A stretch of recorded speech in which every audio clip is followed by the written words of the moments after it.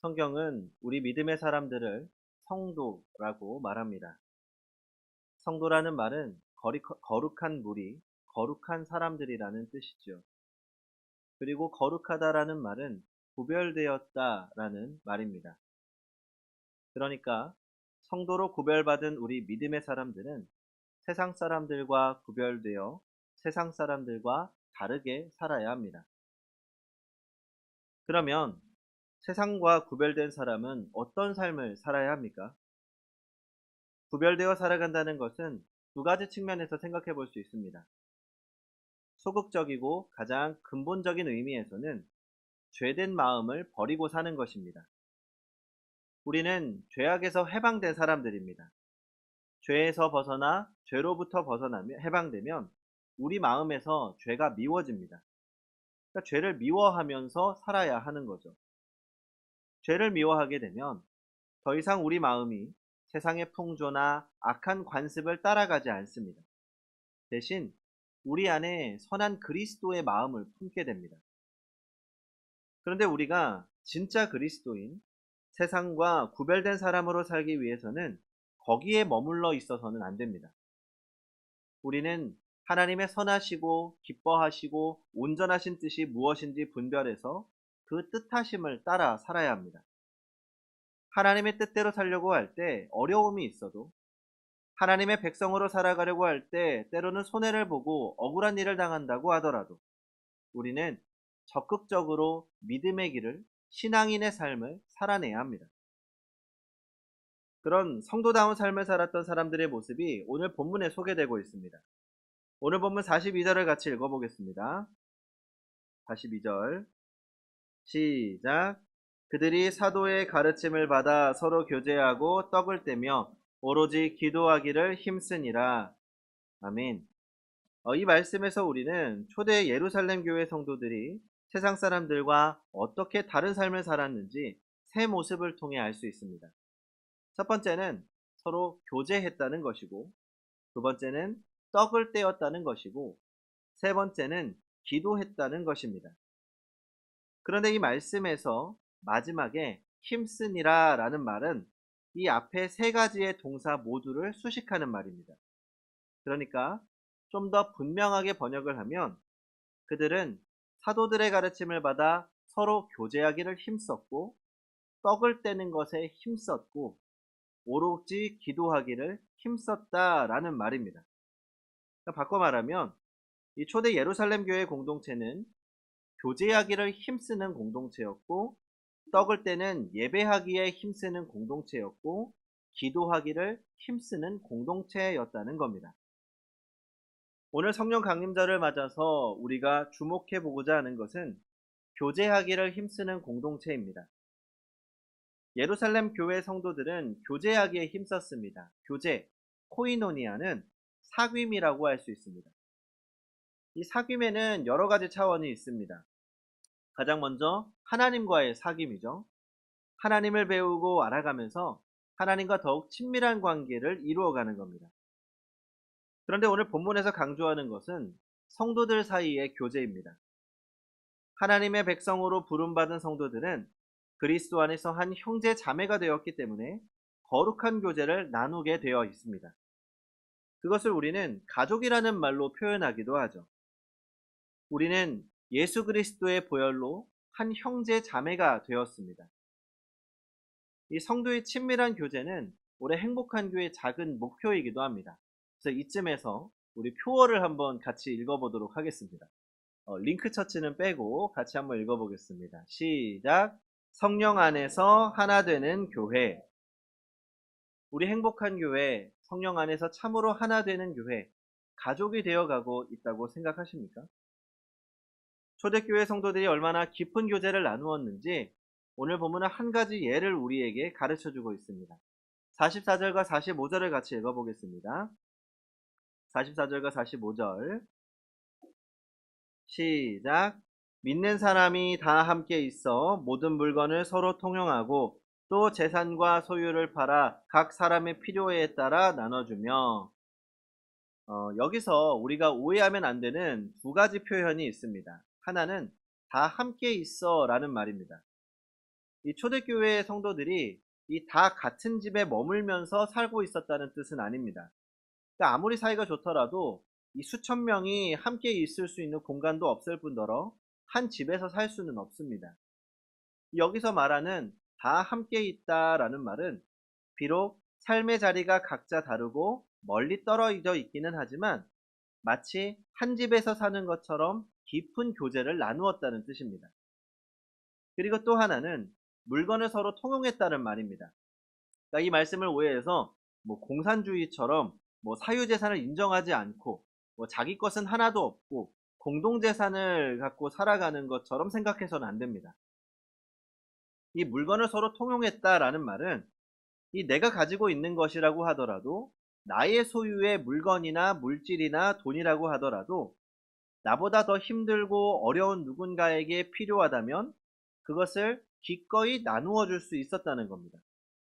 만일 누군가 어려움을 겪어서 도움이 필요할 때는 내 소유를 팔아서 기꺼이 그를 도와줍니다. 그러니까 그렇게 자신의 것을 기꺼이 나누어 줄 줄 알았다는 거죠. 자, 여기서 다른 사람의 필요를 알고 채워주기 위해서 전제될 조건이 있습니다. 이게 뭘까요? 그것은 깊은 사귐입니다. 이 사람에게 무엇이 필요한지, 이 사람이 어려움을 겪고 있는지, 이 사람이 어떤 어려움을 겪고 있는지 알기 위해서는 기본적으로 그 사람과 깊은 관계를 통해서 서로의 상황을 이해할 수 있는 관계가 있어야 합니다. 초대교회 성도들은 그렇게 자신의 삶을 오픈하고 나눌 수 있는 공동체였다는 거죠. 사실 요즘은 직장이 뭔지도 묻기가 어려운 시대입니다. 가족이 어떻게 이루어져 있는지도 묻기가 어려운 시대입니다. 교회 안에서도 굉장히 조심스럽죠. 물론 예의를 갖추어서 서로의 이야기를 해야 하긴 하지만 너무 서로를 가두다 보니까 우리가 서로 안에서 서로의 필요도 이해할 수가 없는 겁니다. 그런데 초대교회 공동체는 자신의 삶을 온전히 오픈했습니다. 나의 부족함을 오픈했고, 나의 연약함을 오픈했고, 혹시 가정에 어려움이 있다면 그 가정의 어려움도 오픈하고, 자존심이 상한다고 부끄럽다고 숨기고 홀로 있는 것이 아니라 내 어려움을 나누고 그 어려움 가운데서 서로 관심을 가지니까 서로의 필요한 것을 알고 서로가 채워줄 수가 있었던 겁니다. 그리고 이 안에는 그리스도의 사랑이 기본으로 바탕이 되어 있습니다. 주님께서 먼저 내어주신 그 사랑이 공동체 안에 있기 때문에 사랑으로 서로 교제할 수가 있었던 거죠. 얼마 전에 아내가 친구와 부부 동반으로 만날 수 있는지 물어왔습니다. 한 3달 정도 된 것 같습니다. 이 아내의 고등학교 친구인데 이 결혼 후에 싱가포르와 홍콩에서 살았던 친구였기 때문에 이제 초기에 한 9년 전쯤에 저는 한두 번 정도 본 것이 전부였습니다. 그런데 어느 날 이제 한국에 들어왔다고 이제 같이 식사를 하고 싶은데 이 저녁을 사주겠다고 하면서 연락이 온 겁니다.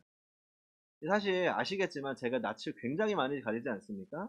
이 9년 전에 한두 번 본 부부와 식사한다는 게 사실은 저한테는 어렵습니다.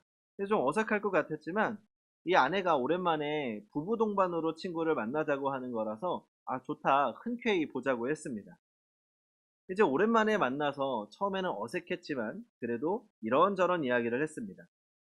그래도 아내가 아내 친구 중에는 신앙이 있는 친구였고 또 친구의 남편은 선교사님의 아들이었어서 이 신앙적인 이야기도 나누면서 즐거운 시간을 보냈습니다. 어느덧 시간이 지나서 헤어질 시간이 됐는데 이 아내의 친구가 뭐 좀 줄 게 있다면서 주섬주섬 꺼내더니 이 봉투를 하나 건네주더라고요. 이 건네주면서 이 많지는 않지만 윤희가 좋아한다고 하는 초밥도 사주고 이 규카츠도 사주라고 하더라고요. 이야기를 들어보니까 이 아내의 친구가 아니라 이 친구의 남편이 어느 날 기도하다가 갑자기 우리 가정이 생각이 났다는 겁니다. 그러면서 이 헌금하는 마음으로 돕고 싶었다고 서로 이야기를 하면서 그런 마음이 생겼다는 거죠. 그러니까 본인도 목회자로 사는 것이 넉넉하지 않다는 것을 이 어렸을 적부터 경험을 했고 또 자신도 아버지를 통해서 이 하나님이 여러 가지 방법으로 도우시는 손길을 많이 경험했다는 겁니다. 아, 너무 고맙더라고요. 그러니까 이걸로 아이들 맛있는 거 사줘야겠다 생각했습니다. 그렇게 이제 헤어지고 아내와 차를 타고 집으로 가는 동안에 이제 얼마가 받았는지 또 궁금하잖아요. 그래서 봉투를 열어봤습니다. 근데 너무 놀랐습니다. 자그마치 500만 원을 건네준 겁니다. 너무 놀랐죠. 살면서 누군가에게 그렇게 큰 돈을 받아본 게 처음이었습니다. 너무 놀라서 집에 오자마자 이 아내가 다시 전화를 했습니다. 이게 도대체 뭐냐. 그러니까 친구가 하나님이 주시는 마음으로 나눈 거라고, 그리고 너무나도 주시는 은혜로 나눈 거니까 부담 가질 필요 없다고 했습니다. 부담이 되죠. 사실 그날 나누었던 이야기 중에 갑자기 일을 그만두고 또 은혜로 하나님의 일을 구했던 이야기, 잠깐 뭐 무직이었던 이야기, 이런 것도 들었거든요. 너무 감사하면서도 많은 생각이 들었습니다. 먼저 역시 하나님은 하나님의 방법으로 도우시는구나 하는 겁니다. 사실 그동안 이제 생활을 위해서 당장 해결해야 될 돈이 좀 필요했었는데, 이제 고민이 되고 고민하는 동안 이 아내의 친구를 통해서 하나님께서 채워주신 겁니다. 그리고 이런 일은 신앙이 아니면 할 수 없는 일이라는 생각이 들었습니다. 이 기도하면서 어느 날 갑자기 성령의 감동을 받고, 또 한국에 있는 친구와 목회자 가정을 생각나게 하고, 또 그리고 하나님이 주신 마음으로 큰 돈을 내어준 겁니다. 자신의 것을 조금이라도 더 챙기려고 하는 오늘 같은 시대에 이 믿음이 없었다면, 하나님을 신뢰하고 또 친구를 신앙의 가족으로 생각하지 않았다면 절대 하기 어려운 일이죠. 그런데 또 이런 일들이 빈번하게 일어나는 곳이 교회입니다. 자신의 것을 나누어 줄 수 있는 공동체가 교회입니다. 지체를 가족으로 생각하면서 함께 누리는 공동체가 교회입니다. 초대 예루살렘 교회도 그랬습니다. 고아나 과부, 어렵고 힘들게 살아가는 사람들을 위해서 자신의 것을 기꺼이 내어주는 일들이 많았습니다. 그런 모습이 세상 사람들에게는 결코 이해될 수 없는 일이었습니다. 그래서 43절에서는 이렇게 말씀합니다. 사람마다 두려워하는데 사도들로 말미암아 기사와 표적이 많이 나타나니. 사람들마다 두려워한다는 말은 두 가지로 해석될 수 있습니다. 하나는 믿는 사람들이 하나님을 두려워하고 공경했다는 뜻으로 해석할 수 있고, 다른 하나는 교회 밖의 사람들이 교인들을 보면서 두려워했다는 겁니다. 이 두 번째 의미가 여기서 크다고 생각합니다. 그러면 사람들이 교회를 보면서 뭘 두려워했을까요? 그건 바로 성도들의 교제하는 모습입니다.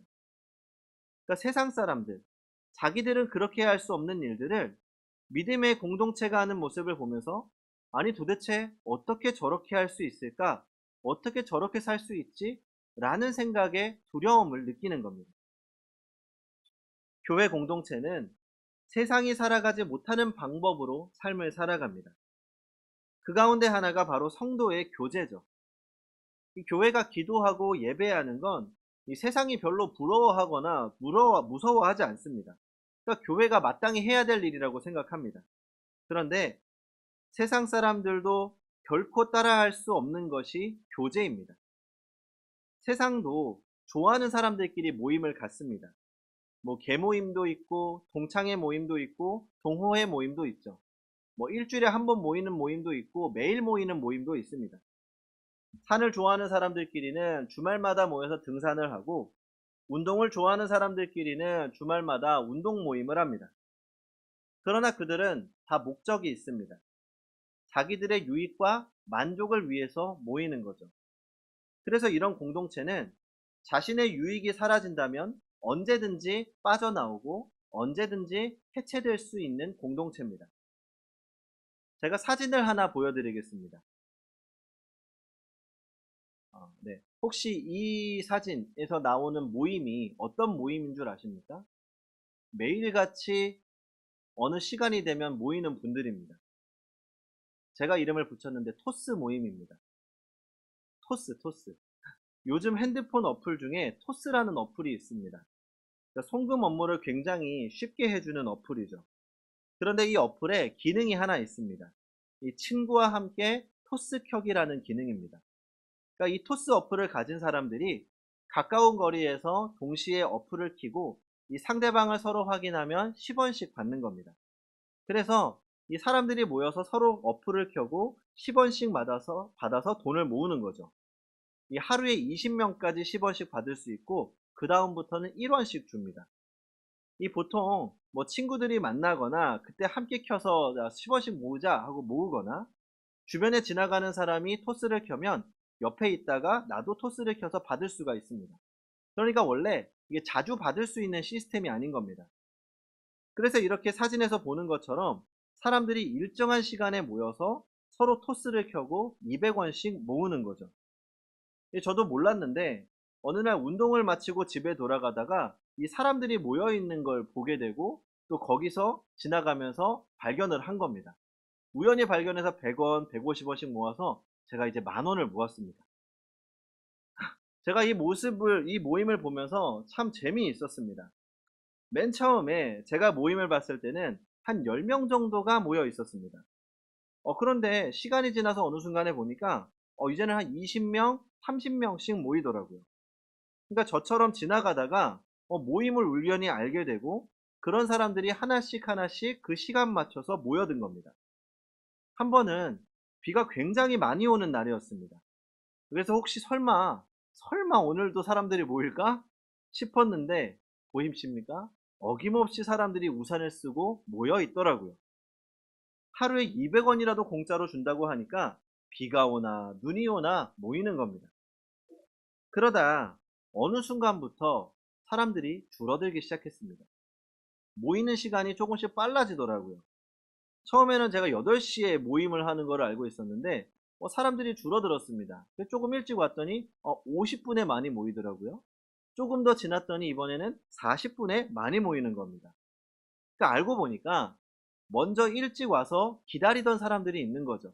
그리고 나서 먼저 20명을 다 채운 사람들은 집으로 돌아갑니다. 그러니까 조금 늦게 온 사람들은 20명을 다 못 채울 때가 많은 거죠. 그래서 조금씩 서로 일찍 오기 시작합니다. 먼저 와서 자기 것만 채우고 돌아가다 보니까 늦는 사람들은 허탕 치는 사람들이 생깁니다. 그래서 조금씩 모임 숫자가 줄어들다가 최근에는 이 토스 회사에서도 문제를 파악했던 것 같습니다. 이제는 20명이 아니라 10명까지 10원을 주더라고요. 그러니까 이제 100원 만들기도 어려운 겁니다. 그렇게 되니까 이제는 사람들이 거의 모이지 않습니다. 무슨 말입니까? 사람들은 유익이 되면 10원을 줘도 모입니다. 200원을 줘도 매일 모입니다. 200원 안 주니까 안 모이더라고요. 언제나 그렇습니다. 세상의 모임은 자기에게 유익이 되면 모이고 손해가 되면 흩어집니다. 그러나 성도의 교제는 그렇지 않습니다. 물론 성도의 교제도 우리에게 유익이 됩니다. 은혜가 있고 기쁨이 있죠. 하지만 성도의 모임은 나의 유익과 만족을 위한 모임이 아닙니다. 첫 번째는 하나님께 기쁨을 드리기 위해서 모입니다. 성도의 교제, 성도의 사귐은 하나님께 기쁨이 됩니다. 마치 자녀들이 힘들 때 서로 돕고 화목하게 지내는 모습을 보면 부모님께 기쁨이 되는 것처럼 우리의 아버지 하나님께서도 당신의 자녀인 우리들이 서로 교제하며 행복하게 사는 것을 바라보실 때 기뻐하십니다. 또 하나 성도의 교제는 나를 위한 교제가 아니라 서로를 섬기는 일입니다. 어려운 일을 돕고 힘들 때 함께하고 함께 기도해 주는 거죠. 누군가의 마음이 무너지려고 할 때 신앙으로 버텨낼 수 있도록 내가 버팀목이 되어주기도 하고 누군가 힘들어 쓰러지려고 할 때 내가 손 내밀어 그 손을 잡아주어야 합니다.